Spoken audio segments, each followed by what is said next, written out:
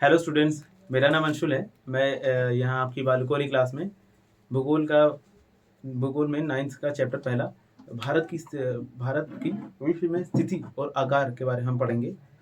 ठीक है, हम भारत की स्थिति सबसे पहले जानने के लिए हम क्या करेंगे कि भारत की जो विश्व में स्थिति है क्या है, हम उसके बारे में जानने के लिए सबसे पहले हम देखते हैं कि हम क्या करते हैं कि हमें पृथ्वी पे भारत की क्या पोजीशन है। हमें पृथ्वी के बारे में थोड़ा बहुत समझना होगा कि पृथ्वी को किस हिसाब से बांटा गया है जिससे भारत की स्थिति बनी है। ठीक है, मान के चलते हैं कि हमारी पृथ्वी अंडाकार आकार की है। ठीक है, हम पृथ्वी को दो भागों में बीच से दो भागों में बांटते हैं, जिसको हम भूमध्य रेखा कहते हैं। बीच में दो भागों में बांटते हैं तो हमारी जो भूमध्य रेखा होगी वो 0 डिग्री कहलाती है, जिसे हम इक्वेटर कहते हैं। ठीक है, जो पृथ्वी को दो भागों में बांटती है वो उसको हम कहते हैं भूमध्य रेखा। ठीक है, उसमें हमें हमारा जो उत्तरी भाग है, हमारा उत्तरी भाग उत्तरी गोलार्ध। ठीक है, उत्तरी भाग को हम कहते हैं उत्तरी गोलार्ध। ठीक है, और जो हमारा निचला भाग है दक्षिण का, उसको हम कहेंगे दक्षिणी गोलार्ध। ठीक है,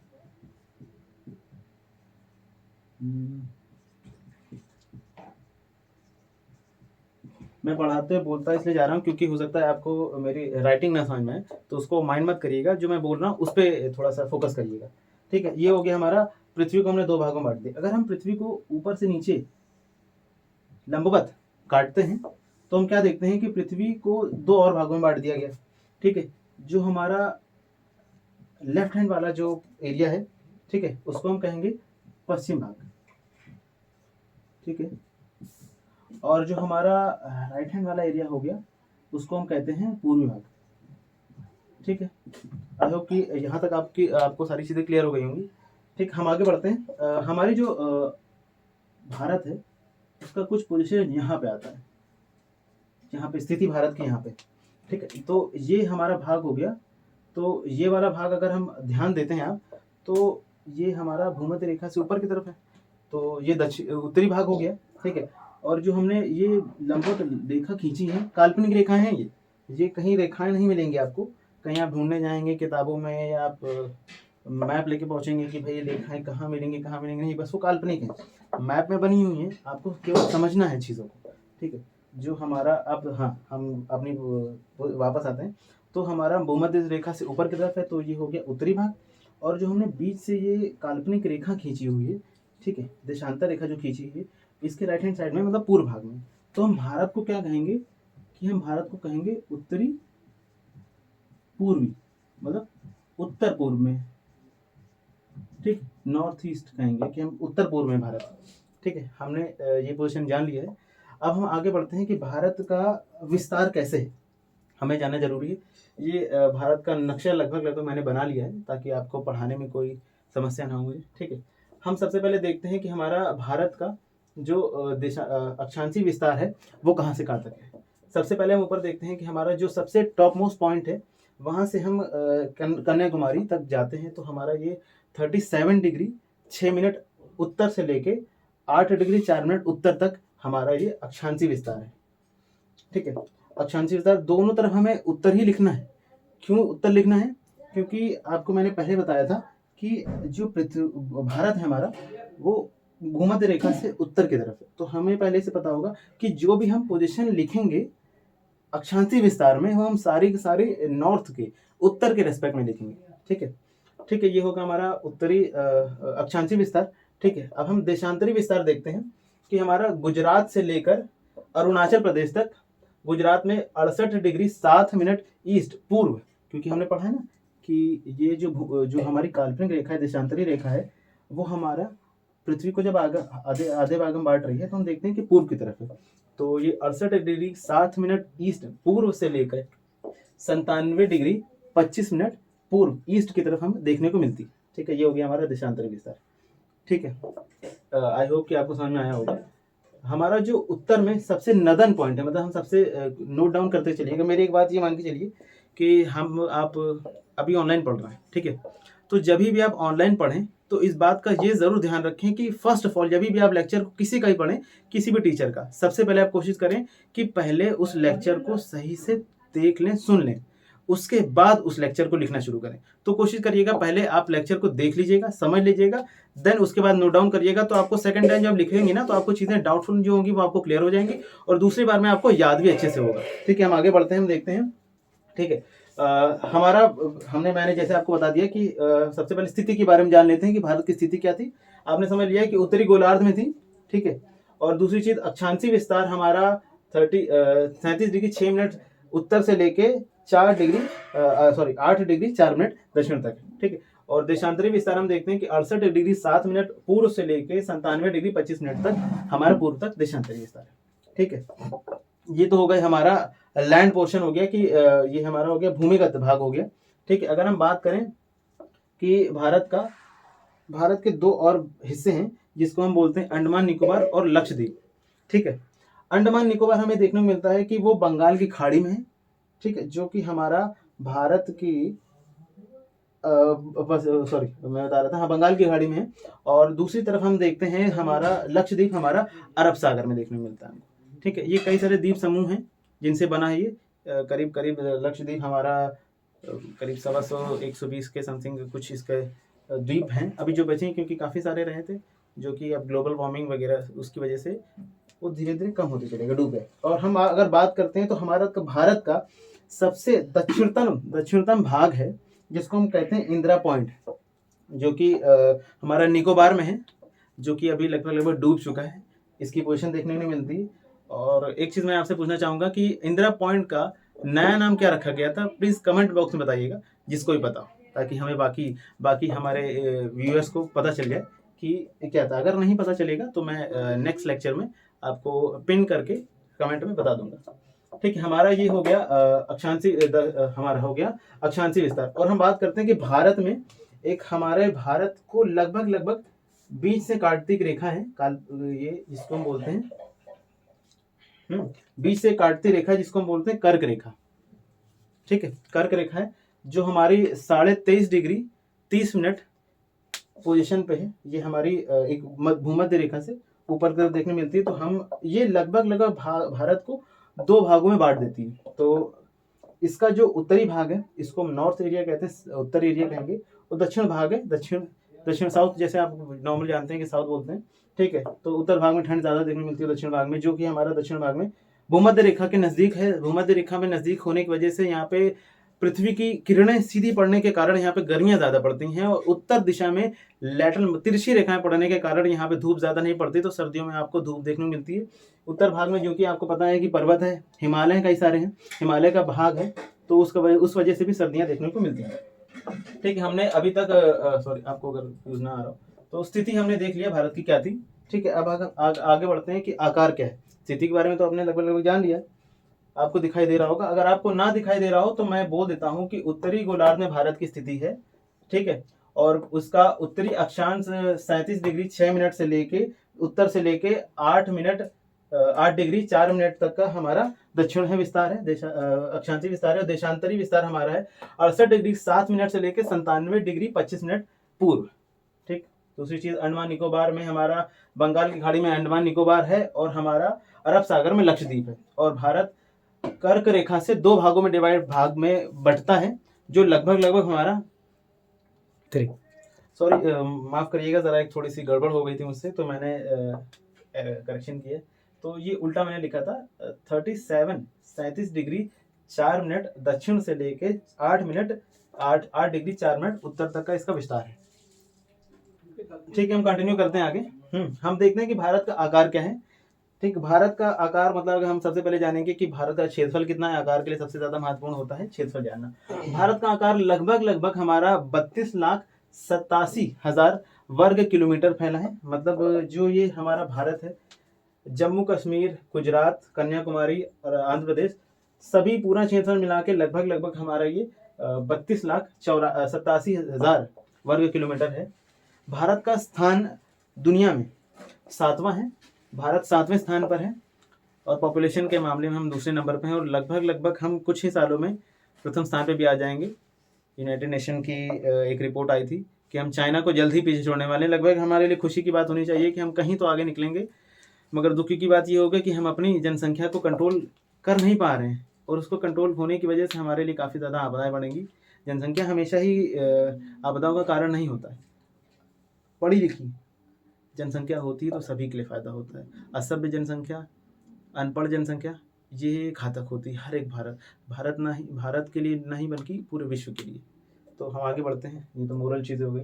ठीक है, भारत में अगर हम देखें, भारत से पहले कुछ जगहों पे देखने को मिलता है कि भारत, कहीं कहीं पूछ लेते हैं कि भारत से पहले किस देश का स्थान है और भारत के बाद कौन सा है। तो हम 32 लाख वर्ग किलोमीटर के साथ में पहले 7वें स्थान पर हैं। ऑस्ट्रेलिया हमसे बड़ा है, देखने में आपको छोटा लगता होगा, उस इक्वेटर के भूमध्य रेखा के पास में है। छठा स्थान है ऑस्ट्रेलिया का और 8वां है हमारा अर्जेंटीना, हमसे थोड़ा सा छोटा है, ज़्यादा कोई फर्क नहीं करेगा वो। ठीक है, और हम बात करते हैं भारत का विस्तार, स्थलीय सीमा, लैंड बाउंड्री क्या है।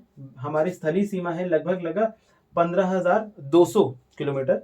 ठीक है, और समुद्री सीमा है हमारी 7,516.6 किलोमीटर। ठीक है, ये चीज़ें समझ में आ रही होंगी। अब अगर आपको नहीं दिखाई दे रहा है तो मैं बोल रहा हूँ, रिपीट कर रहा हूँ चीज़ों को, तो नोट डाउन करिएगा। स्थलीय सीमा है हमारी 15,200 किलोमीटर और हमारी समुद्री सीमा है 7,516.6 किलोमीटर की। ठीक है, और हम बात करते हैं, भारत हमारा काफ़ी विस्तृत है, आप देख सकते हैं, काफ़ी ज़्यादा चौड़ा है। ठीक, तो देखने को हमको ये मिलता है कि गुजरात में और अरुणाचल प्रदेश में समय का काफ़ी ज़्यादा डिफरेंस रहता है। लगभग यहाँ पे हमको देखने मिलता है कि दो घंटे लगभग हमको देखने मिलता है कि 2 घंटे का यहाँ से यहाँ तक अरुणाचल प्रदेश से लेकर गुजरात में बीच में 2 घंटे का समय हमें देखने को मिलता है। कारण क्या है? कारण इसलिए है कि भारत के गुजरात से लेके अरुणाचल प्रदेश के बीच में लगभग 30 डिग्रीज का डिफरेंस आता है, जिसकी वजह से हमें देखने को मिलता है कि यहाँ पे 2 घंटे का फर्क आ जाता है। ठीक, क्योंकि 1 मिनट हमारा, मैं लिख देता हूँ अगर दिखाई दे रहा हो, 1 मिनट हमारा लगभग 8 मिनट लिख दिया मैंने।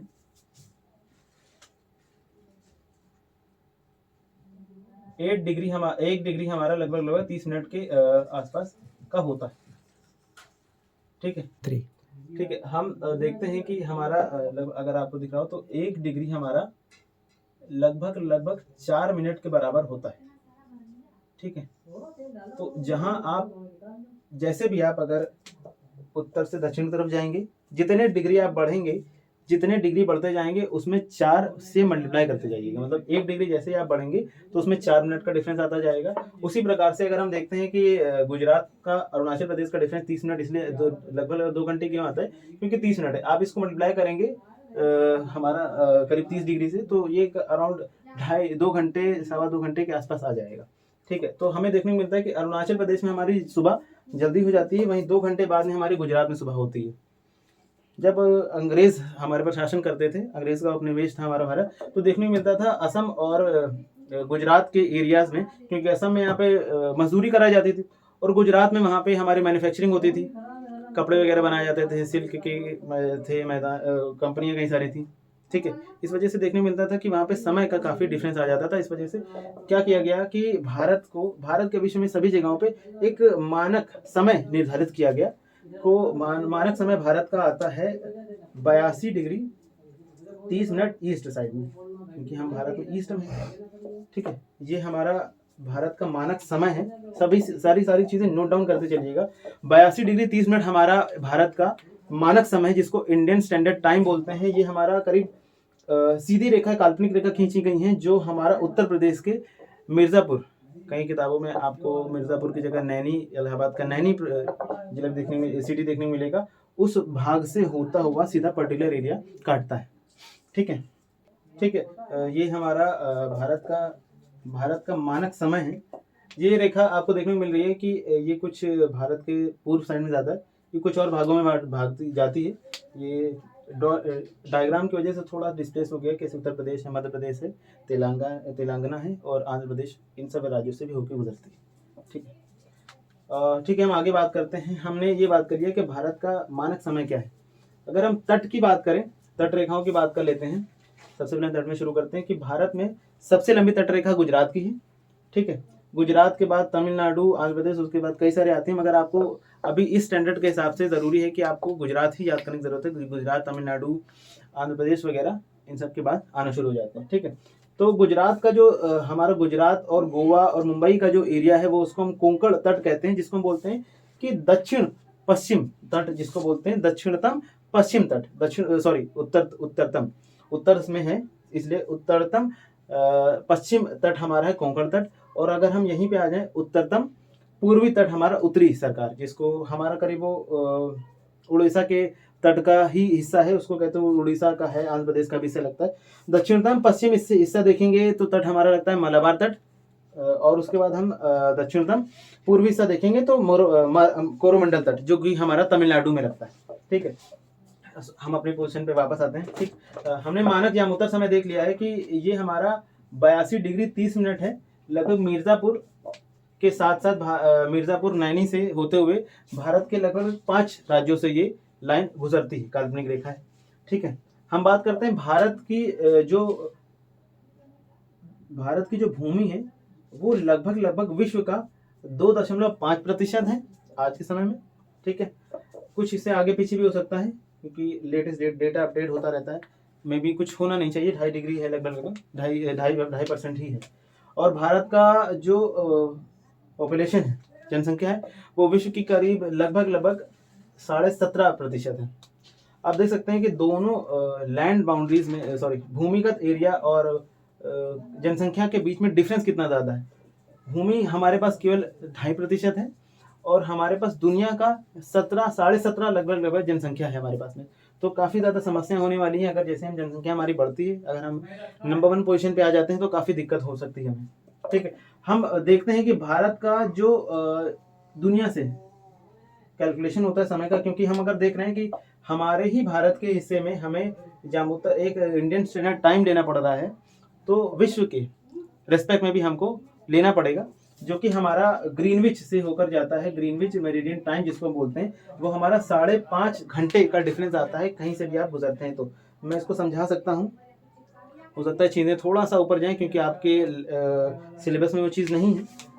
इंग्लैंड में एक जगह है ग्रीनविच, एक लेबोरेटरी थी ग्रीनविच जिसको बोलते हैं, वहाँ से ही इंग्लैंड ने क्या किया है कि अपने आप को एक मीन पोजीशन, एक ऐसा पोजीशन माना है जहाँ से वो 0 है।